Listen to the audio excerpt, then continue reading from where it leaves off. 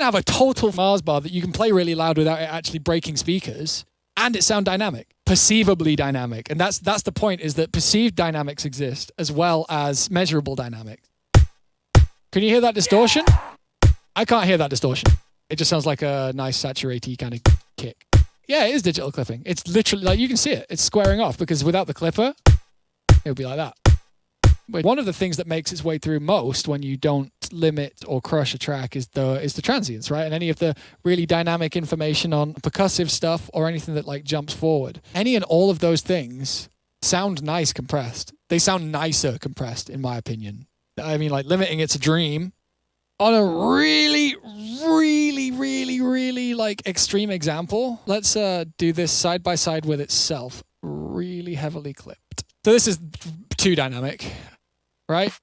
And then this thing, I think, is like mad crushed. So the tails are roughly the same volume. I prefer this one, personally. It's softer. It's more contained, I guess. This is the point, I think, is that limiting something by 6 dB more needn't make it sound worse. And I think that's the really important part of it. Because if your limiter's doing good things for your track, limit it. And if you're setting yourself up for that all the time, then you can limit and make the mastered file way louder. The perception of loudness is not just dynamics, though. That's the thing. That's possibly the most important thing. Here, best example I can think of. These two kicks, both full scale, like full minus 0 dB. To make this fair, I'm going to turn this up just a little bit, because I don't want anybody being like, this wasn't a fair test. Cool. They are both incredibly different volumes perceivably to the human ear. And that's not just because of the added high end, it's because of the way that the low mids work, it's because of all those things. They both sound completely different volumes, but they're not. They're both completely flat until they're tail off. They both have tail off. But my point is this sounds dynamic. This one.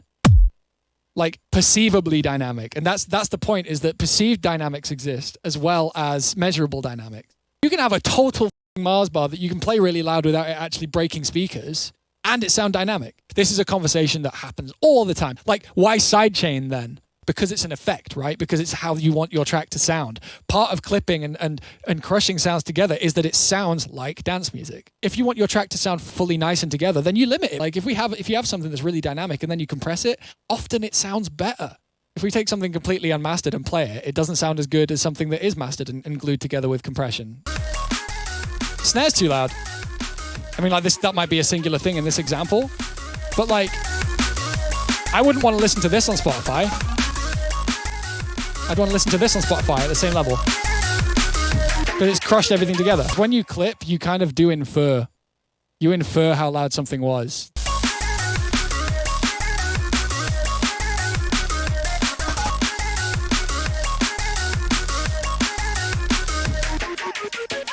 I don't think digital clipping is bad at all. Digital clipping can be dynamics. That's the point here. That's the crazy thing. This is something that a lot of people are resistant to because it's something that was so wrong for such a long time.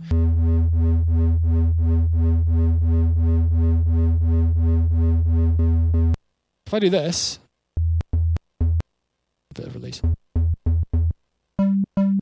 Right? That sounds dynamic, and it's not.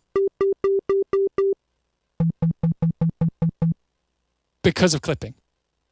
And if we get a square wave, and we just get rid of that same harmonic there, this one, we end up with this. And let's just make sure they're in phase currently.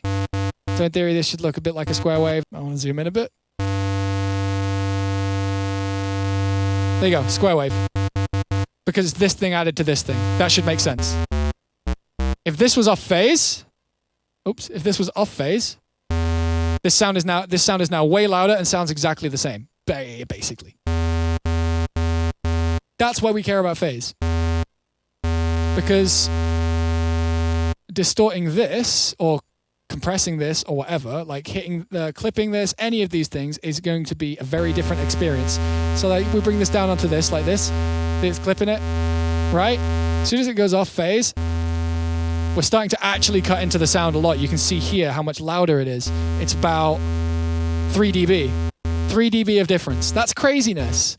Now, don't stop making music because of this. If you're running into issues, do not worry about phase, because I don't want to stop you making music. But if you want to worry about the technical side of things, yes. But one of the coolest things you can do is actually clip your snare into your master if you're being aggressive. We can use our clipper to do the work for us with in the master, or your limiter, your master limiter, whatever. You can have your snare fold into your master. So if we look at the low end of this, like we haven't pushed our sub away for that at all. Like, obviously if you need the pump of things, then you can still do that, but you can do that just to the tops. And then you're saving your bass, and it can stay resonating and rumbling and killing people, or whatever it is you say about your subs. That's what's going on. It's literally just fitting it into there. That's ideal in my opinion, you know?